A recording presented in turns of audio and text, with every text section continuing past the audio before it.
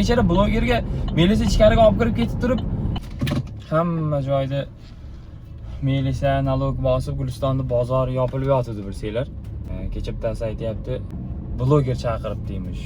Bozorga chaqirmoqchi bo'lganmikan yo chaqiribdimi bilmayman. Nima qilib beradi bloger? Nima bo'lyapti o'zi? Muammo desam, deydi, nalogchilar nalog to'laysan deb aytayapti, dedi.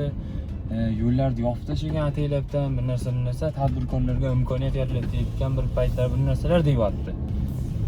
Dedim, shuncha narsaga aqllaring ishlar ekan dedim.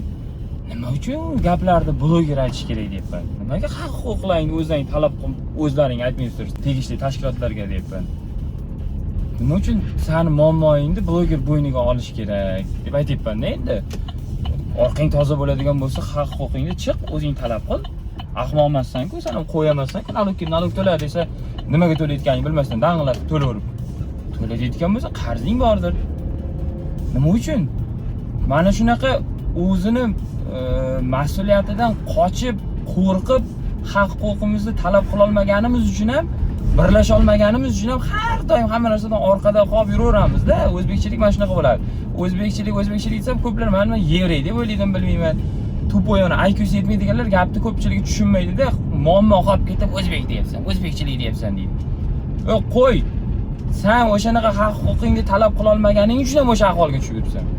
Ertaga o'sha bechara blogerga melisa ichkariga olib kirib ketib turib, chaqilatib, toza adabini berib tashqariga chiqaraveradigan bo'lsa, qamab yuboradigan bo'lsa, qaysi ikkitadan ko'tarish blogerning uyiga borasan? Yo'q, bizning muammoyimiz deb ketib qoldi shu bechara. Biz duximizga o'tirib, o'zimiz huquqimizni talab qila olmadik, chumoligimiz uchun ketdi shu bloger sho'rlik bizni mas'uliyatimizni bo'yniga olib, uni pulni olib qo'ying, uni bozorlikda olib qo'ying, blogerning uyiga bormaysan-ku birortang. Qozoqlarni, qirg'izlarni ko'rasizlarmi? Bir-biriga qanaqa bir-birini paddeshka qilishini? Har ikkitadan bittasi bizda bir-birini ko'zini ko'rib o'tiradi. Kommentda bijillatib narsa yozib o'tiradi, bir-biriga video обращение qilib o'tiradi, ikkalasini ko'rishtirib qo'ysang, kuchukchaga o'xshab chiyilib o'tiradi bir-biriga. Duxi yetmaydi. Faqat Instagram saklaydi. O'shaning uchun o'zlaring huquqchalaringni o'zlaring talab qo'yinglar. Bloger demasdan. Videoga chiq, o'zingcha, men chiqmayman. Men qo'yib o'zi gapiraversin, yo siz gapiring. Mana bunaqa deb ayting. O'sha gapni o'zing chiqib ayt, muammoing hal bo'ladi. Qaysi tashkilot qiynayapti, o'shani tagiga borda o'zing hal qil. Bloger yopishmasdan.